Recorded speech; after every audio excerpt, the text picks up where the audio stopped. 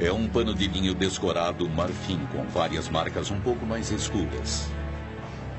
É realmente a imagem de Jesus Cristo momentos depois de sua crucificação, como muitos acreditam? As manchas são realmente o seu sangue? Segundo os testes de datação pelo carbono, não. Eles indicam que o tecido de 4,30 metros é uma falsificação medieval inteligente. Mas informações recentes levantaram sérias dúvidas sobre a precisão do teste de datação pelo carbono. Os cientistas estão novamente voltando suas atenções para a antiga pergunta. Esta é uma imagem de Jesus crucificado?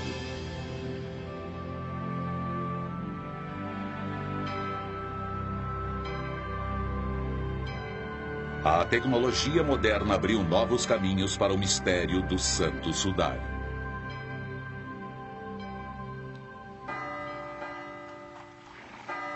Catedral de Turim, Itália, 1898.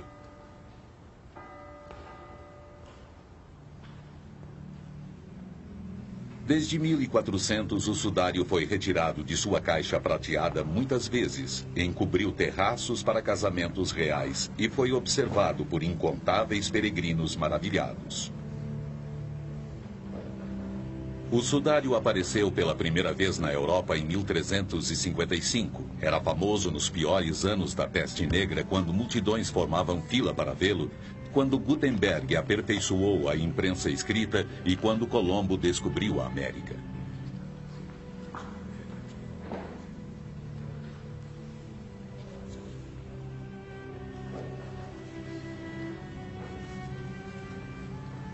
Numa época em que faltavam instrumentos científicos e as falsificações eram comuns, não havia como resolver a questão da autenticidade do sudário.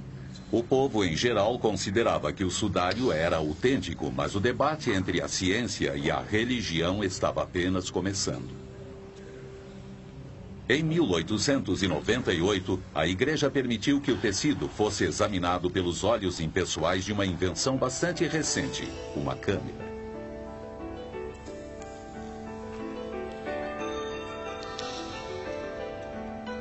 Ninguém podia imaginar que as fotos que Secundo Pia tirou naquele dia mudariam para sempre a forma das pessoas verem o sudário. Porque assim que a placa de vidro do fotógrafo emergiu do líquido para revelar a foto, ele viu um rosto claro, distinto, diferente de tudo que ele havia visto antes no sudário. Ele entendeu de imediato que a imagem sombria no tecido era o negativo e o que ele estava olhando agora era o positivo. Ele estava segurando uma imagem que daria início a um século de pesquisas científicas. Turim. 100 anos depois daquela primeira foto ter sido feita, a cidade de Turim prepara mais uma exposição pública do pano. Neste período, ele se tornou o objeto mais estudado da história humana.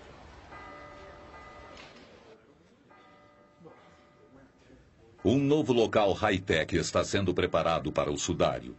Uma câmara hermeticamente fechada de alumínio e vidro, da qual o ar é retirado e um gás neutro, o argônio, é introduzido. Quando o sudário for colocado aqui dentro, nunca mais ele vai ser enrolado ou manuseado sem cuidados. Toda esta atividade pode parecer estranha se, de acordo com os testes de datação pelo carbono, o sudário for falso. Trata-se de fé cega ou existe motivo para se duvidar das descobertas científicas? O sudário é novamente centro de controvérsias. Numa entrada lateral, o acesso é supervisionado por guardas.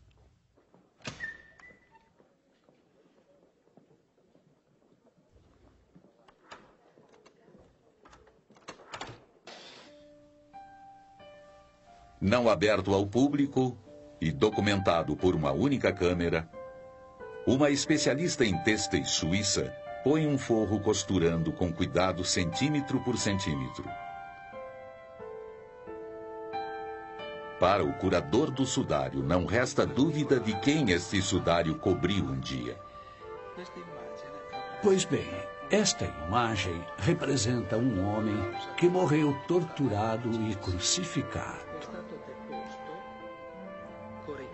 No sudário de Turim há 3 tipos de sinais. Os sinais mais evidentes são chamuscamentos de um incêndio que quase destruiu o sudário na Idade Média. Em seguida, a imagem anatomicamente correta de um homem visto de frente e de costas. E em terceiro lugar, o que parecem ser manchas de sangue.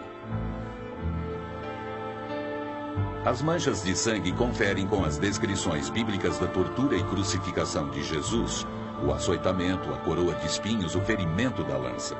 Mas o sangue é sangue de fato? E como a imagem foi parar no tecido para começo de conversa? O mistério que envolve estas perguntas desafia cientistas há gerações.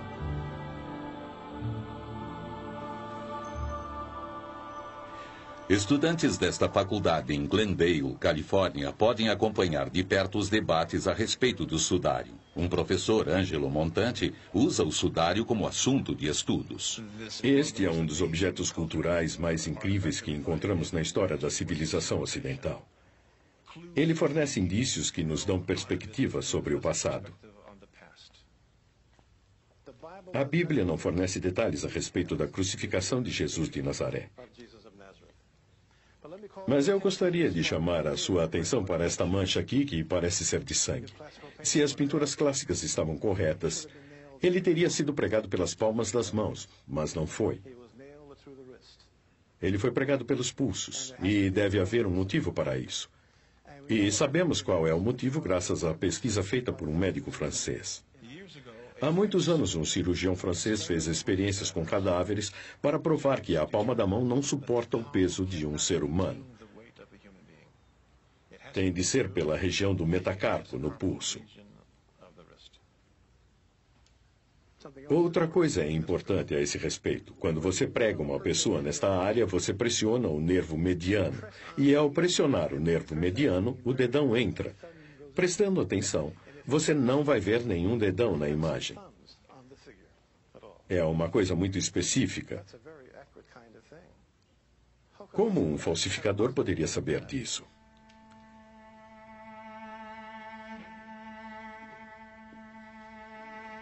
Aqui temos uma imagem ampliada do sudário. Este material escuro representa o sangue. Aqui, mais sangue nos braços e sangramento intenso nas costas. Na lateral das costas, perto da quinta costela, há um fluxo anormal de sangue.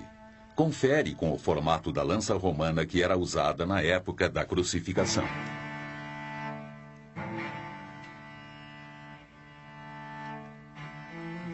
Existe muito sangue no sudário, tanto que você fica estarrecido com a crueldade dos romanos que impuseram tanta dor a este indivíduo.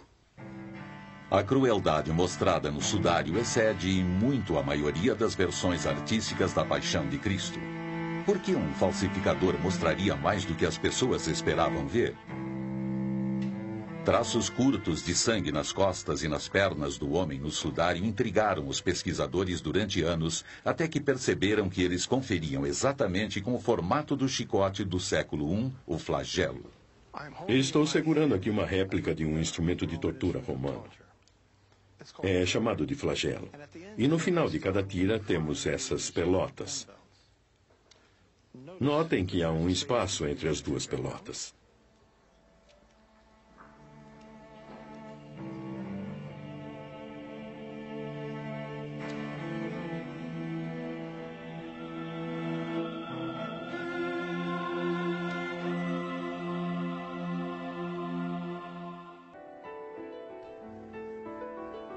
No final dos anos 70, um grupo de cientistas pressionou a igreja para que permitisse um exame do sudário com tecnologia moderna. Finalmente chegou-se a um acordo e o projeto de pesquisa do sudário de Turim, o STURP, foi até a Itália.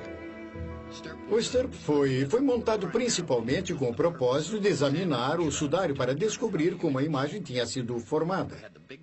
Mas tínhamos um grande problema, que era nunca ter visto o objeto que íamos estudar antes de chegar lá. Era como uma expedição para uma parte desconhecida de uma floresta. Levamos conosco a última palavra em tecnologia. todos os tipos de equipamentos que existiam para determinar como a imagem tinha sido formada. Pensei que ia entrar, ver o sudário, caminhar até ele, examinar as pinceladas e ir embora.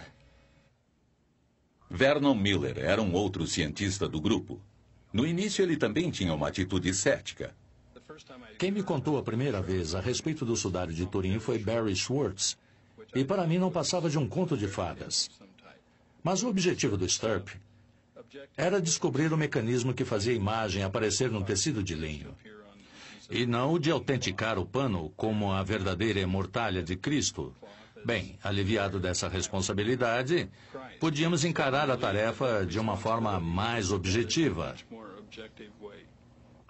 Eu não sabia o que era o sudário. Membro do Stirp, Don Lin, tirou folga de seu trabalho normal como diretor do programa de imagens digitais da JPL para a NASA. Na época estávamos trabalhando no programa Viking, envio de aparelho para Marte. Na verdade, só tivemos um dia para montar o equipamento, desembalar, montar e calibrar tudo. E naquela noite era para examinarmos o sudário por volta da meia-noite. E sabe, por volta das 11 horas, um pouco cedo para o nosso espanto, o sudário foi trazido pelo corredor até a sala.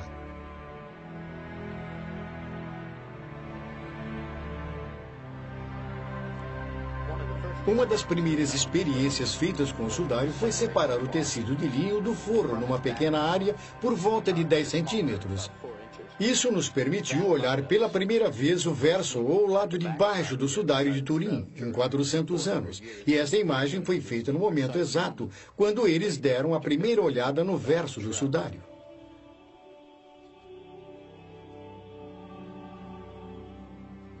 Aí o professor Rigg, da equipe italiana, introduziu uma câmera endoscópica entre os dois tecidos. Quando eu vi a luz focalizando por baixo aquela terceira mancha de sangue, eu desliguei as luzes da sala. Ele ligou o foco de luz e pela primeira vez pudemos ver que as manchas de sangue haviam penetrado no tecido, como era normal, mas a imagem não aparecia. De imediato, uma descoberta importante.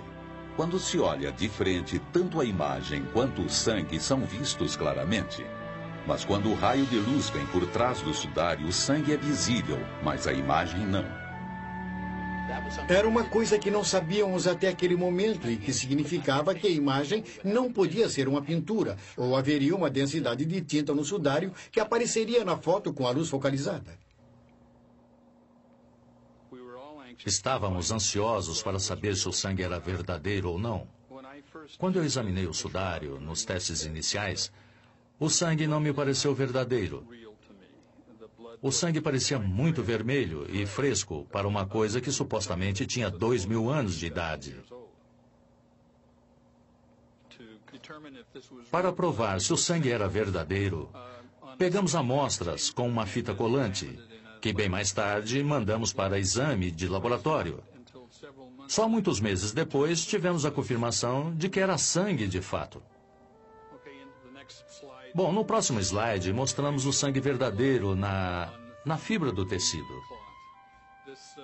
Trata-se do sangue de Jesus? É o sangue de outra pessoa que eventualmente foi crucificada pelos romanos? É o sangue de um homem inocente usado para criar um embuste espetacular? Uma das teorias da formação da imagem no sudário dizia que se tratava de chamuscamento, porque a cor é parecida com o chamuscado do forro de uma tábua de passar. Na luz natural, o chamuscamento e a imagem são parecidas. Como o chamuscamento reflete a luz ultravioleta, fotografamos o sudário usando raios ultravioleta. A imagem do corpo não apareceu. Conseguimos imagens maravilhosas no sudário, mas a imagem do corpo não apareceu, provando que a imagem não era formada por chamuscamento. Quanto ao que poderia ter causado a imagem, os cientistas descartaram possibilidade após possibilidade. A microanálise das fibras que foram recuperadas provou que a mudança de cor das fibras era causada por uma alteração química, oxidação desidratada. Mas o que causou esta alteração química, nós não sabemos. As manchas do tecido são incrivelmente sutis e complexas. Uma fibra estava manchada enquanto outra bem ao lado não. No entanto, cada fibra tem 1/10 do diâmetro de um cabelo humano e em alguns lugares a imagem só penetrava cerca de 50 micrômetros.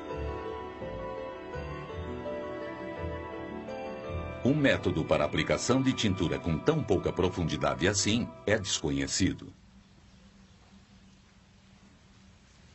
Mais recentemente, imagens sutis de flores foram descobertas no próprio sudário. Esta área está sendo cuidadosamente pesquisada pelo Dr. Alan Wenger, da Universidade Duke, e pela sua esposa Mary. Wenger levantou a hipótese de que algumas imagens fora do corpo no sudário eram manchas de flores. Ele chegou a esta conclusão através do trabalho do físico alemão Oswald Scheuermann. Ele percebeu isso, mas de início eu não sabia do que ele estava falando. Só mais tarde percebi que a imagem de uma flor se parecia muito com um crisântemo. Quando me afastei e olhei ao redor, comecei a ver várias imagens iguais a esta no sudário. Com certeza elas foram colocadas ao redor do corpo no momento do enterro.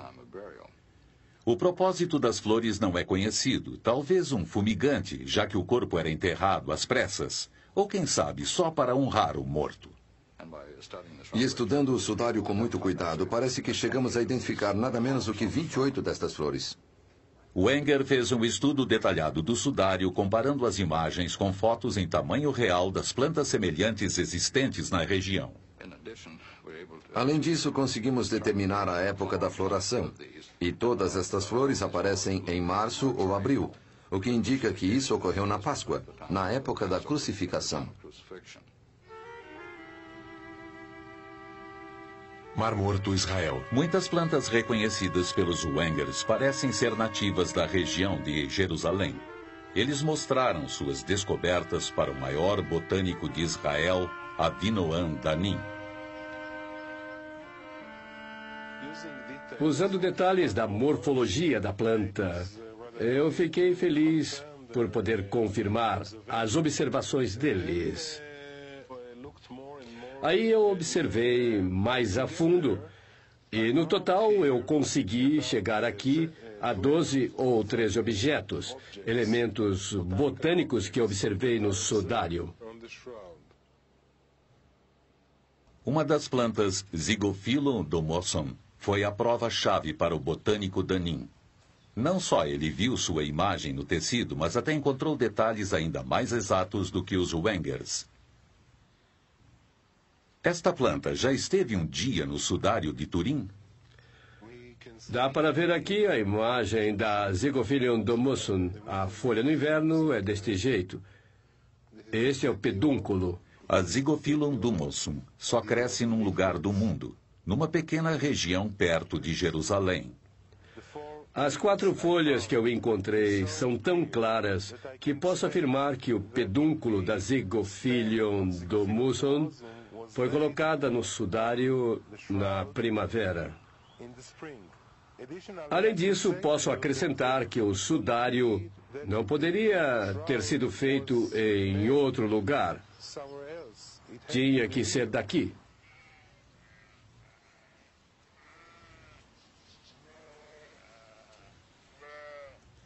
Se havia flores ao redor do corpo, com certeza haveria pólen também. O pólen pode durar milhares de anos e no microscópio cada tipo é diferente. Indícios pequenos demais a olho nu no aguardo do detetive certo. Em 1973, o criminologista suíço Max Frey foi autorizado a colher amostras de pólen das fibras do sudário. Ele as conservou em lâminas. Com prática em botânica, ele passou anos analisando as amostras de pólen. Ele morreu antes de terminar e publicar suas conclusões, mas o trabalho foi retomado por outros.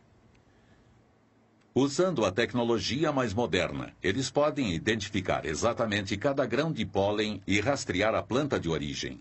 Uri Baruch é o maior perito em pólen de Israel. Trabalhando com o Dr. Danim, ele calcula o tipo e a frequência do pólen nas lâminas do Frey. Há bem no fundo da minha mente uma espécie de semente com esse tipo de pólen. E este aqui ainda era desconhecido. É a primeira vez que este tipo de pólen aparece. O objetivo é determinar exatamente que tipos de plantas rodeavam o corpo e quais as que prevaleciam.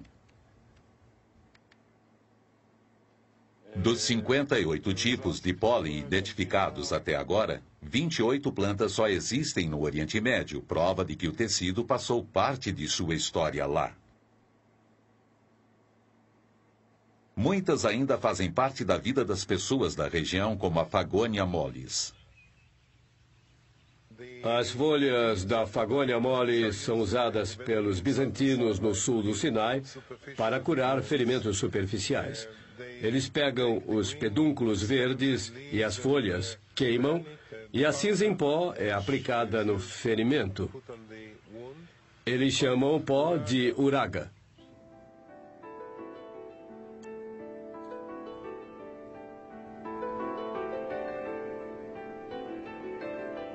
Ora, veja, temos aqui mais uma gundélia. As lâminas têm uma quantidade muito alta de uma planta chamada Gundelia tourneforte. Passe mais uma vez para mim. Esta amostra específica veio de uma área próxima da cabeça do homem no tecido. Dá para ver as espinhas, certo? Uma aqui, uma aqui e uma aqui. A planta que deixou tanto pólen nesta parte do sudário pode ser reconhecida por sua flor, mas ela é melhor conhecida por outra coisa.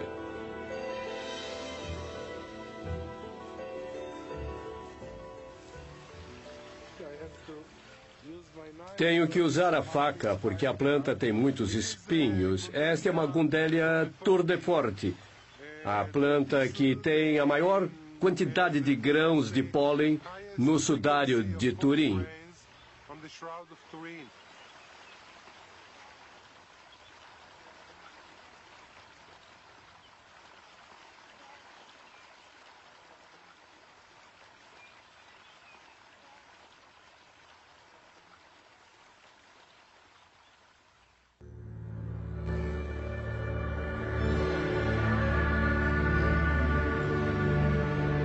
Neste mosteiro ortodoxo grego encravado no deserto do Sinai, encontra-se uma pintura muito especial de Jesus Cristo, conhecida como o Rei do Universo.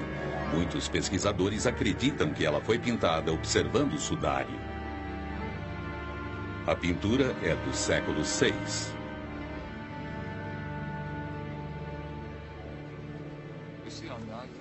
Vemos no ícone que o olhar tem a aparência muito abrangente. Quando comparamos com o sudário, vemos que o olhar no sudário tem a aparência muito abrangente e parece estar um pouco fora de centro. O Dr. Wenger aperfeiçoou uma técnica de luz polarizada para comparar imagens do sudário com outras imagens como o Rei do Universo. E quando giramos o filtro e olhamos estas duas imagens na tela, uma imagem vai se diluir se encaixando na outra. Fazemos isto para comparar com exatidão. No ícone podemos observar o que parece ser um rasgo descendo pelo rosto neste ponto. Aí, se projetarmos o sudário, vamos descobrir que há uma pequena mancha, eventualmente de sangue, descendo no mesmo local. Se passarmos para a ponta do nariz no ícone e aí voltarmos para o sudário, observamos que a configuração do nariz é exatamente a mesma. Observando os lábios do ícone, notamos que aparentemente eles apresentam rachaduras. E ao olharmos o detalhe no sudário, notamos que todas estas marcas são visíveis no sudário.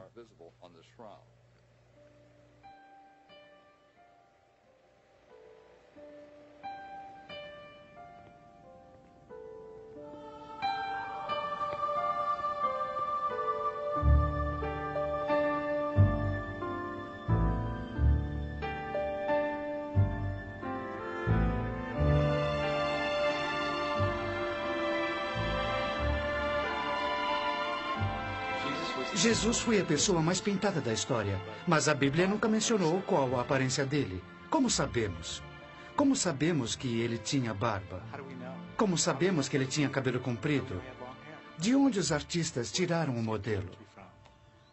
Historiador da arte Jack Riley fez um estudo do rosto de Jesus nas pinturas. Existe uma fonte comum para esta imagem que todos conhecemos. Cada artista tem sua própria visão do homem sofredor, triunfante, o redentor, o humilde. Mas os artistas, no decorrer dos séculos, se mantiveram dentro de alguns parâmetros, o que nos permite reconhecer o homem como sendo Jesus. Quais são as bases e de onde elas vieram? Riley e muitos outros pesquisadores acreditam que havia um protótipo de Jesus que fixou as diretrizes há séculos. A procura deste protótipo levou os pesquisadores de volta aos primeiros séculos após a morte de Jesus. Como um artista passaria desta imagem para esta imagem, onde temos barba, sem barba, o cabelo caindo, dividido no meio dos dois lados, e não aqui? Esse Jesus parece um deus romano. Foi pintado de maneira jovem. Ele não tem as mesmas características. A pergunta é, o que está faltando?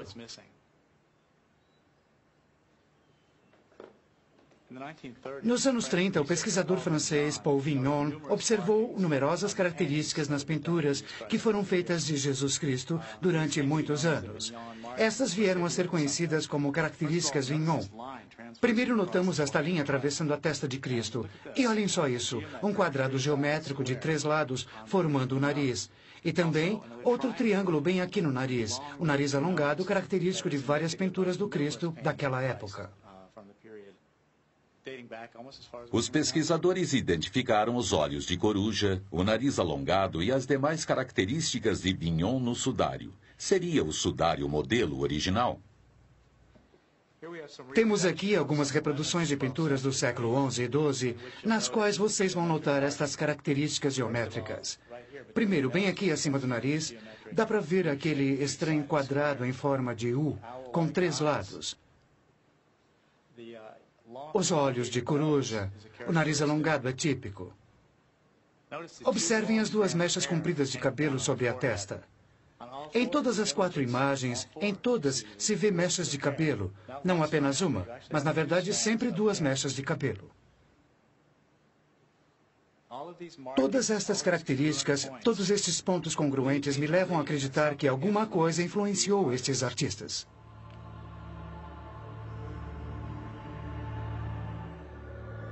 Jerusalém.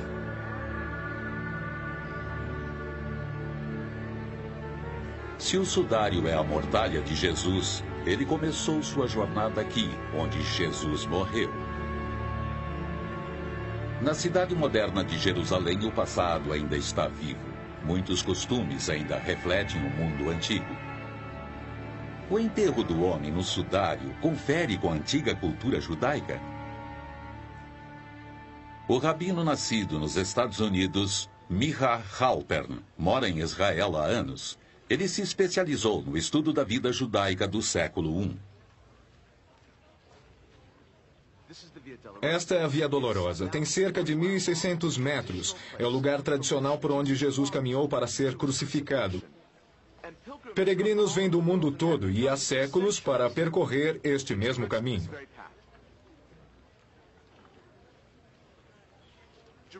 Jerusalém, na época, era uma cidade judaica e, em consequência, Jesus teria sido enterrado no contexto da lei judaica. Pesquisadores do sudário acreditam que o enterro de Jesus, embora apressado, foi efetuado de acordo com os costumes judaicos. A Bíblia judaica preconiza que deve-se guardar o dia de sábado para mantê-lo santo. Na sexta-feira, à tarde, as pessoas se apressam e correm para terminar os seus afazeres antes que o sábado tenha início. O mesmo ocorria também há 2000 anos. Jesus foi tirado da cruz numa sexta-feira, a fim de ser enterrado às pressas antes do sábado começar, porque nada pode ser feito no sábado. Nada de trabalho, só descanso.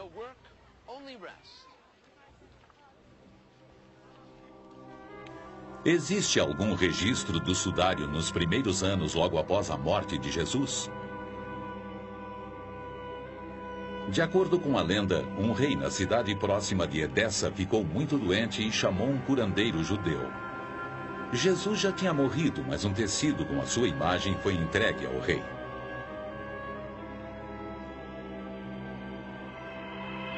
O rei Abgar ficou curado imediatamente e o tecido milagroso ficou conhecido como um manto. O manto passa a ser venerado em todo o Oriente Médio como a imagem de Cristo, e a cidade de Edessa se torna um centro do cristianismo. O manto, na verdade, era uma toalha pequena. Nesta toalha havia o rosto de Jesus pintado num fundo estilizado e apresentado geralmente em uma moldura. Se o manto era o sudário, por que ele só mostrava o rosto? Na época, era conhecido apenas como o pano do rosto, mas Ian Wilson, historiador inglês, diz que há uma palavra-chave nos documentos antigos, tetradiplon, que significa dobrado em 4. Se você dobrar o sudário em 4, vai ter um pequeno retângulo com o rosto no meio. Seria o tecido de Edessa o sudário dobrado para revelar apenas o rosto? O sudário é o seu próprio melhor mapa para o passado. Você começa com uma pista que leva a uma outra. Chamem os voluntários, por favor. Em 1978, a equipe do STURP descobriu marcas de dobras no sudário, entre as quais 8 eram evidentes. E o que vamos fazer agora é imitar a mesma dobragem do sudário. As fotos com focalização de luz provaram que sim. Há 8 dobras no sudário. Claro, as fotos não podem indicar quando as dobras foram feitas, mas mostra que ao menos uma vez em sua existência, aquele sudário foi dobrado em 8. E haveria um retângulo com um rosto à mostra bem no meio daquele retângulo.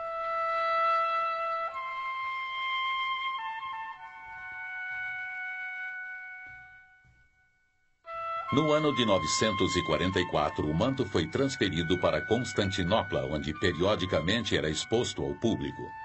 Lá, em 1203, um cavaleiro francês da Quarta Cruzada informou ter visto a imagem do corpo de Cristo num tecido. Um ano depois, os cruzados saquearam a cidade e levaram os espólios para a Europa. Aqui o registro do manto termina de repente e o registro do lenço começa.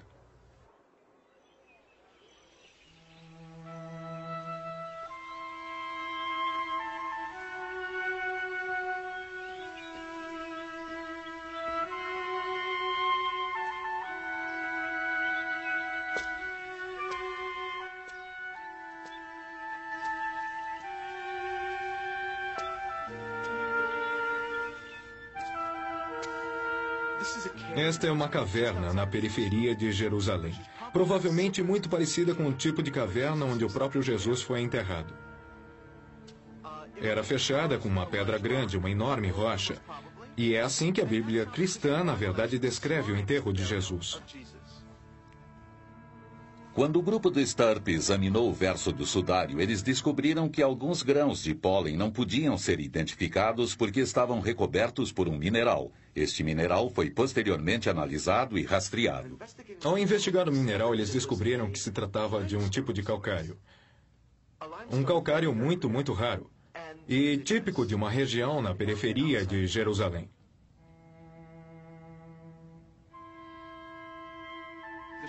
O sudário está coberto de sangue. O que levanta a pergunta por que o sangue de Jesus não foi lavado da maneira tradicional que a lei judaica exige para o enterro. A resposta seria que quando existe muita quantidade de sangue, não seria bom purificar o corpo com água para evitar que o sangue todo fosse eliminado. E o sangue tem que ser enterrado com o corpo. Isto ocorre ainda hoje nos casos de ataques terroristas contra Israel, para dar um exemplo. Após uma ocorrência desse tipo, os rabinos e outros cidadãos literalmente correm para estancar o sangue das vítimas, o que é necessário para que tenham um enterro adequado.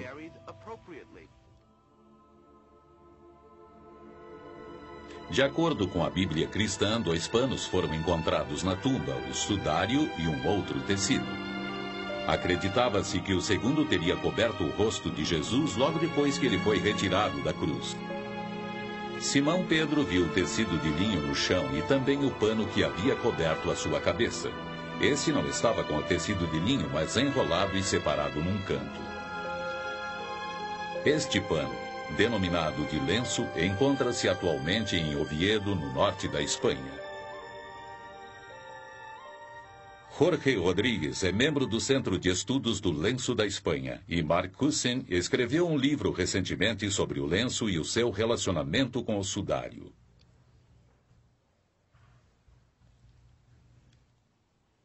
O lenço está coberto de sangue, mas não existe imagem como no sudário. Acredita-se que este lenço foi retirado do rosto antes do corpo ser embrulhado no sudário. O lenço está fugindo do perigo. Ele sempre esteve adiante dos invasores, escapando por pouco, sempre indo mais para o norte, em locais mais seguros. E é aqui que ele ficou. Este era o lugar mais seguro da Espanha durante a invasão dos mouros. Ele começou a jornada saindo de Jerusalém no ano de 614 para escapar ao avanço do exército persa. Primeiro foi levado para Alexandria e foi sendo levado cada vez mais para o oeste pela costa africana até chegar em Toledo, na Espanha cristã.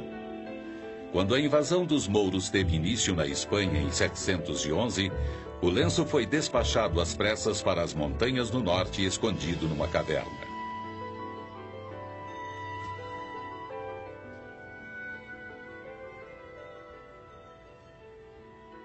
Usando uma réplica, os pesquisadores mostram como o lenço foi colocado ao redor do rosto. Eles acreditam que ele foi pressionado contra o rosto, absorvendo sangue e outros fluidos, o que confere com o costume judaico de respeitosamente cobrir o rosto de uma vítima de violência e preservar esta cobertura para manter o sangue junto ao corpo. Todas essas manchas aqui são particularmente interessantes porque elas coincidem exatamente com as manchas nas costas do sudário, na parte dorsal. Eu já mencionei o sangue que foi colhido no cabelo das feridas da coroa de espinhos.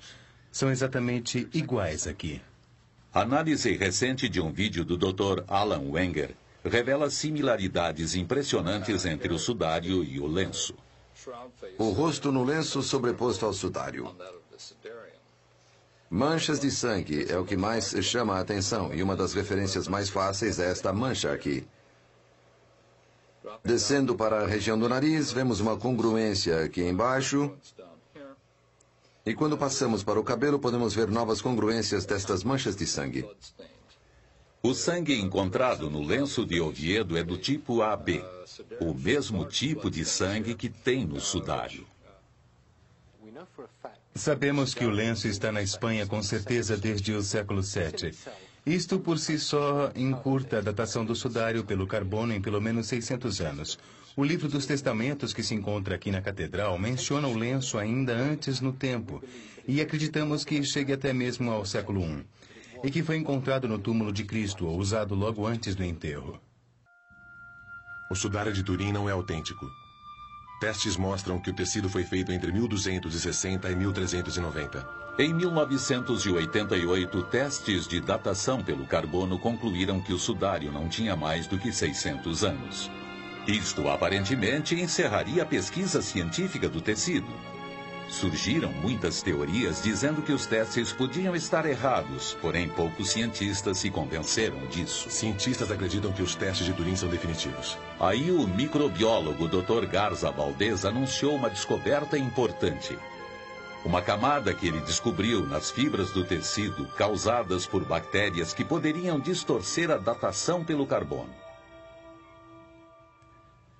Em 1996, ele testou algumas fibras do sudário e encontrou camadas suficientes a ponto de deturpar consideravelmente o teste de datação. O físico Dr. Harry Gove é o inventor da moderna técnica de datação pelo carbono. Esta contaminação por bactérias é uma coisa da qual as pessoas que fizeram a datação pelo carbono não estavam cientes. Na verdade, acho que ninguém sabia disso até que Garza Valdez descobriu esta possibilidade. Mesmo que eles estivessem cientes, os procedimentos para a limpeza que eles usaram não eliminariam o problema, de forma que eles não poderiam ter feito um teste absoluto e inequívoco do material do sudário. Com esta dúvida sobre a datação pelo carbono, os cientistas agora estão na ativa procurando uma forma de separar a camada bioplástica do linho original. Quando se conseguir dominar o processo de separação da celulose da camada bioplástica, aí acho que estaremos prontos para submeter o sudário a outro teste de datação pelo carbono. Mas se a proposta vai ser aceita, ainda não é uma certeza. A respeito da datação pelo carbono, há mais um fator que, se provado, derrubaria definitivamente os resultados: a radiação. Se o que os físicos me disseram está correto, é uma imagem projetada. E, em outras palavras, é quase como se o corpo estivesse flutuando no meio do pano. e todas as projeções viessem de ângulos diretos para o corpo. Esta imagem fica em linha direta com o corpo, que está paralelo à gravidade. É uma coisa tão diferente que tem que ser explicada pelo fenômeno da radiação. A radiação pode ser a única forma de explicar descobertas recentes de que a imagem é como um raio-x que revela estruturas internas do corpo. Estamos vendo os ossos, os metacarpos aqui. Ainda mais intrigante é quando passamos para a área do pulso. Fazendo a sobreposição e focalizando, podemos identificar aqui os ossos do pulso específicos do sudário de Turim. Vemos características do esqueleto na profundidade do corpo que combinam com um tipo de emanação de raio-x. Assim, para nós, a imagem, além do contato direto do sangue, é basicamente formada por esta incrível e única ocorrência de radiação. A superposição do crânio sobre a face do sudário revela estruturas internas com uma nitidez incrível. Estamos vendo imagens de dentes aqui. Ao sobrepor e focalizar esta região, podemos ver no sudário os dentes, incluindo as raízes. E qual é a fonte da radiação? Alguns pesquisadores acham que tem a resposta para isso também. Acredito que esta imagem está no tecido por causa da transformação que ocorreu durante a ressurreição.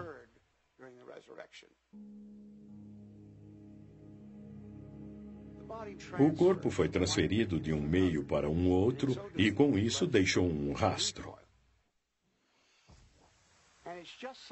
E foi este rastro de partículas irradiando do corpo que marcou a imagem no sudário. É por este motivo que temos o efeito tridimensional no caso. O que causa isso eu não sei, e muito menos como essa energia emana de um corpo.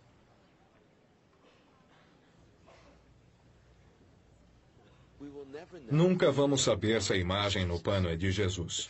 No entanto, a fascinação com respeito ao tecido é que ele nos liga a todos com uma morte. A morte de uma pessoa. Este sudário simboliza a continuidade da vida após a morte. Existe um mundo depois da morte? Qual é o significado do sudário? Eu não acho que ele seja essencial para a fé de alguém. Mas no mesmo capítulo 20 do Evangelho de João, que descreve a descoberta da tumba vazia, também temos a história do ceticismo de Tomás. Acho que ainda há uma porção de pessoas no século XX cujos certificados de nascimento espiritual são do Missouri. Vocês têm que me mostrar. O que manteve a minha atenção estes anos todos foi o mistério da coisa. Eu sinto que há indícios no sudário que ainda não foram descobertos. Ainda não foi evidenciada e esclarecida para o povo a verdadeira história do sudário e como ele veio a existir.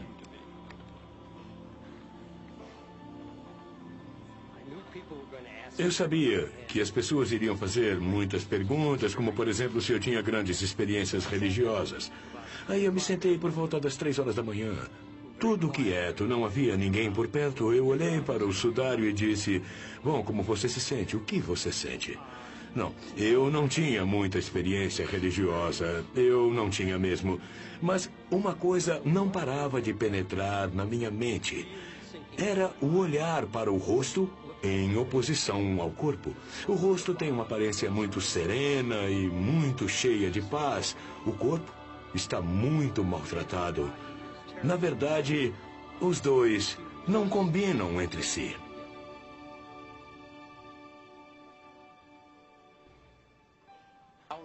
Nossa equipe gastou centenas de milhares de horas e o tempo todo sempre se lembrando de que o nosso objetivo principal era determinar como a imagem tinha sido formada, mas não chegou a uma conclusão. Não conseguimos responder esta pergunta. No fundo, podemos dizer o que a imagem não é, mas não temos condições de dizer o que ela é.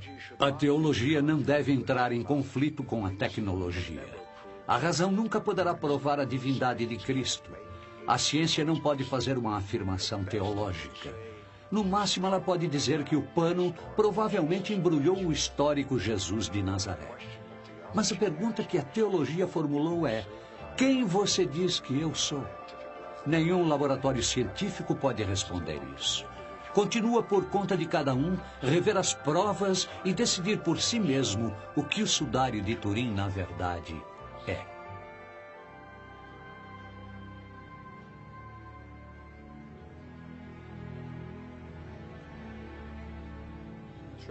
O sudário de Turim me impressionou mais do que qualquer outra coisa na vida.